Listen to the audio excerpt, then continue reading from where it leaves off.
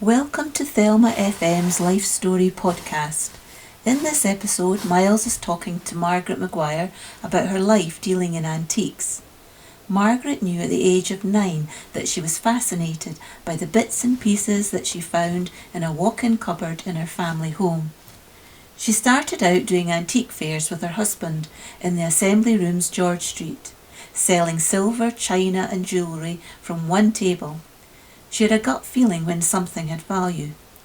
This led her to opening a shop in Causewayside with a friend who sold furniture. This wasn't a successful venture due to all her jewellery being stolen and her colleagues' mothers a love of dolls. She left the shop after 6 months and went back to doing antique fairs in Edinburgh, Glasgow, Stirling and Harrogate. Margaret then started working alongside Kenneth Bruce in a shop in St Stephen Street. Although working together, they had separate businesses, and this was very successful for the next 18 years. She remembers this time as being great fun. We hear of the unsuitables they sent off to the pawn shop, working during the Edinburgh Festival at the fair in the Grassmarket, buying trips to France, and much, much more. So sit back and enjoy. So were you always interested in antiques? Well, as a child, Right. I lived in our Crescent in Edinburgh, and there was a very large walk-in cupboard in the hall. Right. And in it was a ladder and shelving and everything.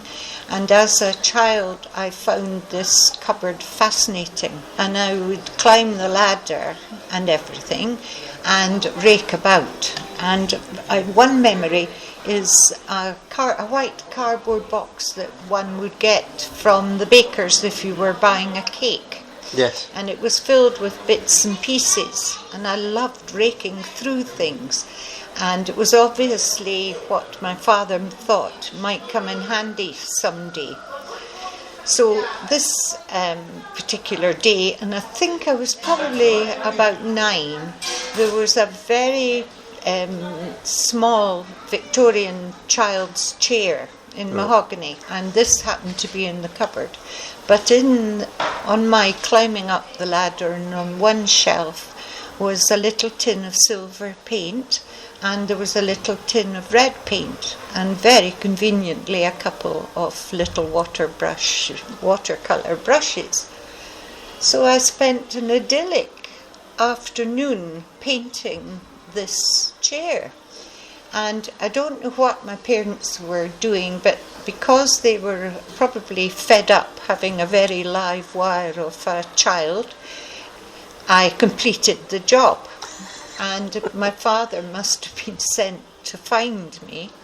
So, but the final job on the little chair was to give it a red trim. So it was all silver, and then I carefully made a line all round it in red paint. But the end of this story is that the only red thing was my bottom at the end of the afternoon. Oh, what a shame.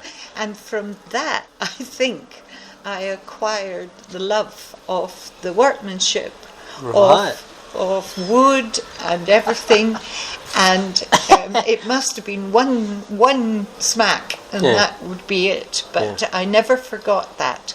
How bizarre. And my grandfather and my uncle the uncle especially was a well-known cabinet maker in Edinburgh. Right. And he made all my mother and father's furniture when they got married in the early 30s. And what was his name? Robert Sinclair, but the business was Bailey and Son, and he had a premise opposite the Bransfield Hospital and shop and everything there, and he had several apprentices working for him. Everything. So all the furniture in the house was made by my uncle. Yeah. And the one thing my father always said was, you never lock a desk or a bit of furniture, because if there's a burglary, they'll ruin the furniture. So I have acquired the knowledge of seeing the dovetail joints and the workmanship of furniture, and I find it quite fascinating. Have you ever attempted to try some yourself? I did upholstery at one Right. point in an evening class, and I quite enjoyed it, but unfortunately that was at an evening class where you had to, it was difficult storing the item that you were working on, Right, so it was a matter of humping the articles each time whatever. I think at the root of me starting in antiques would be that I think I could have been called a divvy. Right, okay. And that really comes from the word divine, that you've got a gut feeling that something has value and the workmanship of it. I showed you earlier on a little,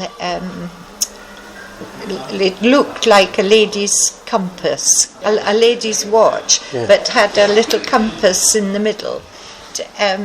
When you pressed the button as if it was a watch, out came a little folding drinking cup.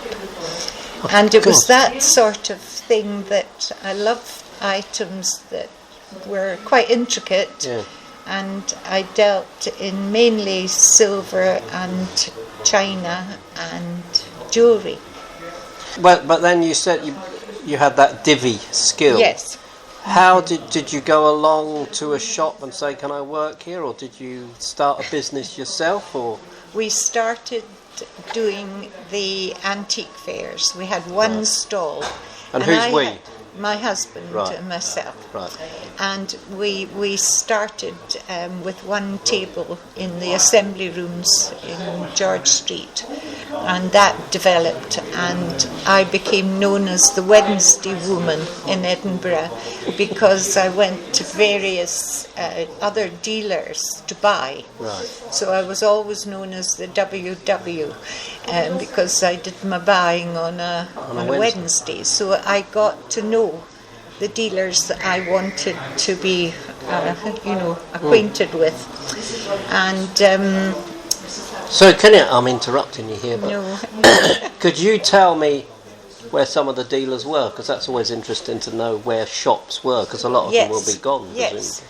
Well, the main ones I dealt with, there were a few up in Causewayside, and mainly St Stephen's Street, which was quite a bohemian type street, and it was all fun then. And I got to know one or two dealers socially, and that gained you even more. I don't know what the word is. They liked you, and were willing to keep things for you and everything. So we continued doing the fairs for a while, and then because I got to know a lot of people in the antique trade, one of them wanted me to share a shop with him up at Causewayside. So we did all this shop up. He was hopeless speaking to the public and everything, but I loved the interaction. And he had all the furniture, and I had all the small goods. And one weekend, we took turns on running the shop. And one weekend, his brother was one of the top antique dealers, really, in Scotland. And he was doing a very expensive fair, can't remember the name of it, in London. So my colleague was going to help his brother. And it was his particular time on the Saturday. So I assumed that he would get somebody to take his place. Well, he got his elderly mother to take his place. And I got a phone call to say this was the Saturday, and I got a phone call to tell me that two men had come into the shop and they had distracted her attention, and they stole every item of jewellery that I had. Oh no! And I had gathered that of personal jewellery and buying over I don't know how many years to start up doing this business. And they never caught them. and I had no insurance cover or anything. So I lost a lot of money because it was mainly gold. So jewellery. you had to start over again, in effect.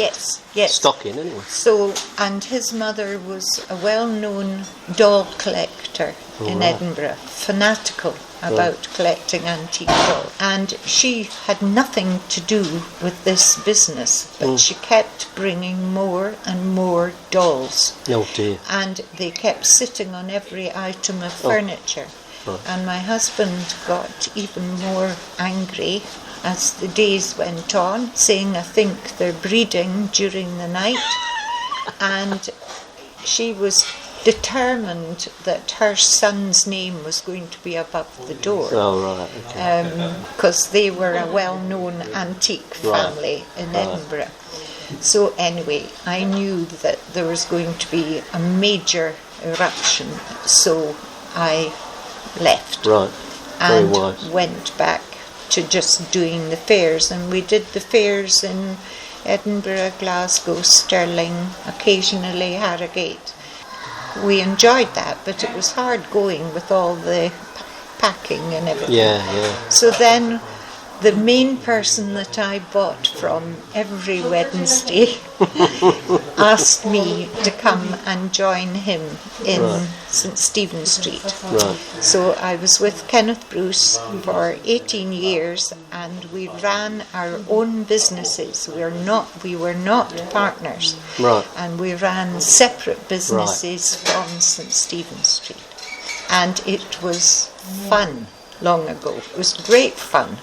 And one of the funniest things that happened in St Stephen Street, there was another dealer 3 shops along from us. And in the summer we all sat outside. Yeah. And, it was just a tremendous atmosphere. Well, this fellow would get himself settled in a chair with his feet up on the railings, and we would make a phone call pretending to be the water board. Now, it was the only shop in St Stephen Street that didn't have a lavatory or any water in the shop. So he would uncross his legs and go in to answer the phone. So we would give it, he would tell the person who was mimicking the water board that there was no water in the shop. And he would settle himself back again on his chair with his feet up on the railings. Yeah. And we would give him 5 minutes or so, and the phone would go again. We continued this procedure until he evidently took the phone off the hook. But it was all these stupid things. And we had great fun, and every morning before we opened the shops, we went into a coffee place in a basement called the Blue Parrot, and other dealers would gather in the morning and everything. What sort of time, when were you roughly in these 2 places? I've been away from St Stephen Street for 10 years, so that makes me 60. And then I was there for 18 years, so from the age of 40 odd. So you came away in 2007-ish, Yes. and then you were there for 18 years. So right, so Yeah. and Causewayside. So you were there in the 80s, probably 1980. No, just shortly before Oh, right, I went. so- I only stuck it out for 6 months. Oh right, God, enough was enough. That was enough. But we have remained friends. Good, good. The main thing. Basically, where I bought items was really privately and from other dealers. I, for years, advertised, because we lived at Juniper Green, I advertised in the Curry and Balerno News. Right. And we gained a good reputation. And my colleague is still in business, and he has a very good reputation. And you learned who to trust and to judge people. And because we were in St Stephen Street, there was a problem because the pawn shop was at the end of the road. That's right. And you got all these, as my mother would have said, unsuitable people came in, and you had to judge whether to buy from them or not. And both my colleague and myself, had a trader's license, which you had to keep renewing, and you had to have a record put into what we called the police book. So every item you had to record as to who you bought it from and to whom you sold it. You only had to do that if the person you were buying from wasn't another licensed trader. Okay. So it was always a bit of a worry. Yeah. So we had, with any doubt, we used to send them to the pawn to get rid of them. And so that was... Because you would have had people come in and you would have thought, you whoa. knew that... We got caught once with a clock, and it was somebody who had been staying up at Polworth or something in a guest house. Right. And they had stolen this clock from the guest house. And then they went to another dealer, Hiram, I think, or straight to us. I can't remember. It's so long ago. But this item was stolen. And of course, the police knew the people that were dealing in gold and everything, because my colleague dealt in gold. I did not. Right. He did the gold bullion because he only took 10p a gram profit. He advertised that he paid the best price in Edinburgh, and so I never shared any profit of that or anything. So the police came down, and they were going to all the different antique shops, and the blooming clock was sitting on the counter. So that was, but I don't know whether they ever caught the person or not, but we lost out. I was going to say, because not only could you, well, you wouldn't, but you could have got a bad reputation, but then you lose money as well. You lose money, you never get it back, so it was always a risk. And then we never bought from auction houses because we were very annoyed at the way auction houses work. There is the buyer and seller's premium, and they do not advertise that. And people, if an item was worth £100, they would be better to come into a dealer who would pay them £100. Yes, absolutely. Whereas they would lose nowadays probably about 40% odd. Is it that much? Yes, by the time it's usually sort of 30, that used to be 37% overall, because there was cataloguing, insurance, the rest of it, and so it really, we didn't think much of auction houses. If an item was really, really special, and it would prove more worthwhile to sell it in a good auction house, but really, when you think about it, especially with paintings, it was like selling a pound of mince. You measured the size of the painting. If it was a watercolour, it wasn't as valuable as an oil. Right. We invested every year in the art sales index books, which cost a lot of money. Oh, right. And this mentioned every artist who had fetched any more than £500 in an auction house in Britain. Right. So you could literally judge. And if, for instance, a landscape had something of interest in it, like animals, with fishermen, with people, or a train, that was more valuable than a plain landscape. Right, yeah. That's interesting. I used to go to France a lot and would buy at the fairs, and I treated partly holiday. Yeah. And a friend and I, another dealer from Edinburgh, we would go and we would go to the fairs and things, and it was good because things were different. Yeah. And you came back with. So how would you bring stuff back in the country then? Would it was always small items. So you could I physically remember take it. going on a plane with 2 bags of hickory shafted golf clubs to dealers that we met at one of the fairs who was dealing in golf in France, and I humphed these. God, you wouldn't be able to do that now, probably. Be an offensive weapon or something. I suppose so. And then the summertime, for the 3 Saturdays of the festival, there was a fair in the Grassmarket. Oh yes. And that was fun. And we had about three or four stalls. And I worked it out that this was really to get rid of things that hadn't sold all year. Good, yeah. So one end of the tables, I would have things that would keep men happy. Right. Like old camera lenses and tools and interesting bits and pieces. Then I had my good jewellery in cases in the middle, and then at the other end would be porcelain and china and things. So you had to really keep your eye on this. So we would get to the Grassmarket for at least 6:45 in the morning or so, and we'd get all the boxes out the car and everything, and the tables and all the rest of it, and they would be dumped on the ground, and I would go away and park the car, and you knew that was it for the day.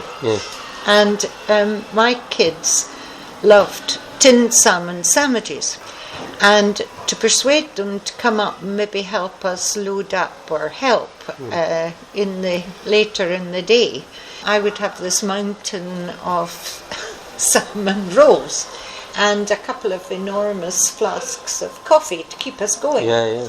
So by the time I had come back from parking the car, my husband, who was Irish, was sitting on a bench surrounded by maybe 4 to 6 down and outs from the hostels across the road, and the majority of the salmon rolls and the coffee had gone, and he was doing his bit for his fellow Irishmen. Well, that's a poor excuse, isn't it? Oh dear. And did you do well at that Grassmarket? Yes, we did. Yes, amazing. Because you'd get a whole lot of clientele, different clientele. It was tourists and everything, you know. And one person who came, I think the first time we ever did it, one person came up and started chatting to me, and she was very nice and was a dealer, and she came back she bought quite a lot of stuff, and she came back the following Saturday. She said to me, "I can't bear this any longer. You're selling the items far too cheaply." Wow, that's very honest, isn't it? And she and I became the best of friends. Oh, gosh. And she and I went on these trips to France buying. Oh, so fabulous. I thought that's the kind of person I like. Yeah, honest. There was once in St Stephen's Street a writer from the Times magazine, and they wrote an article about St Stephen's Street being an interesting, fascinating, bohemian town. Yes. And one paragraph in this article, which I still have, but I can't find it, was this person entered the shop, and the owner of the shop looked like a rabbit caught in the headlights, that somebody would actually walk into this shop, and that he had difficulty raising his head from his Times crossword. He was incapable of dealing with the public, so we never were able to sort of sell to the public in St Stephen's Street, and he never kept any stock. It was sold that day to either me or other dealers. So every day other dealers were in buying, and Kenneth never kept any stock. He got his profit immediately. Right. A Moved small profit. But regular. And yes, we made between us loads of other antique dealers quite wealthy. So that kind of implies that you must have had stuff that you'd sold and you thought, why did I do that and why did I sell it for that price? Yes. Well, he would go off on a regular route every week. One day, twice a week, he went to different places out with Edinburgh, and when he came back, other dealers were waiting to see what he had bought. But I really was given first chance at anything because I was sharing the expenses of the shop. But because of the tiny profit on the gold, I never shared that. That was his business. We had just a gentleman's agreement that of what we could share. If anything came over the shop counter other than just scrap gold, we shared that. Oh, right, okay. But if it was one of his old contacts, we didn't. Right. You know. Okay. Was there a fair amount of stuff coming through the shop over the counter, as you say? Yes, again, just by word of mouth. You see, we would he had been dealing since he was one of the very clever people at the Royal High School with Robin Cook. The pair of them were in the same class. Really? And they were sort of known as the brilliant class and everything. And I remember he did a fellowship of insurance companies, FCII or something. Yeah. And while he was working for an insurance company, he started buying antiques and everything, and then he just went into it. And he was into vintage cars at one point, and some of these vintage, I think one of his cars was used in the prime of Miss Jean Brodie. Fantastic. He and his wife were in the car driving along Henderson Row in it.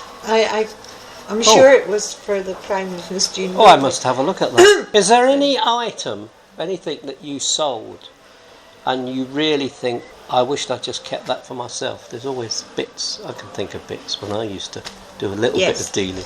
There was one thing, and I've never forgotten it. It was like rock crystal and the most beautiful, simple silver top on it, and it was an inkwell, and was probably about 7 inches. It was a horse's foot in shape, but really elegant. And that's the one thing I have always regretted selling, and there's been loads. I had the finest opal, black opal ring. My husband bought it for me, and it had been a Tiffany stick pin. And my colleague bought this opal from Joe Bonner, who at that time had a knapsack on his back doing the fairs. And we had it, Kenneth had it made up with 2 diamonds on either side of this black opal. And I was given it by my husband.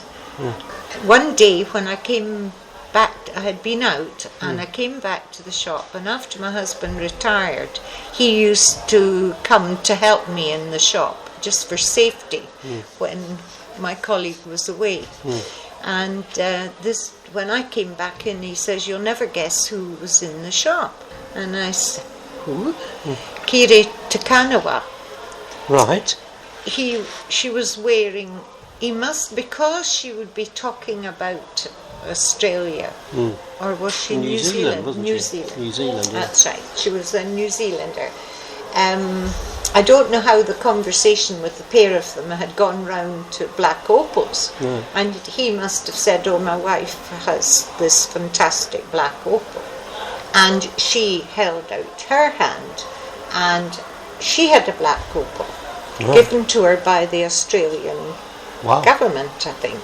So when I came back and he told me this, he says, and I'll tell you this, your black opal's a lot better than Kiri Tukana was. Wow.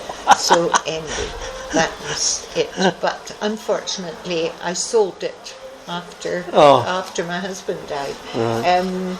I felt that it was too valuable to be wearing, because if it got cracked or anything, that was the end of it. Yeah. And I thought it was better to sell it. Yeah. And it went towards helping when I moved house. Well, there we are. That's something that's very good. Thank you very much. Thank you for listening. I hope you enjoyed this podcast with Margaret. You can find more like it on our website, www.livingmemory.org.uk. Or if you have a story you'd like to share, why not pop in and see us at the Wee Museum of Memory, Ocean Terminal, Leith, or at the Centre, Livingston.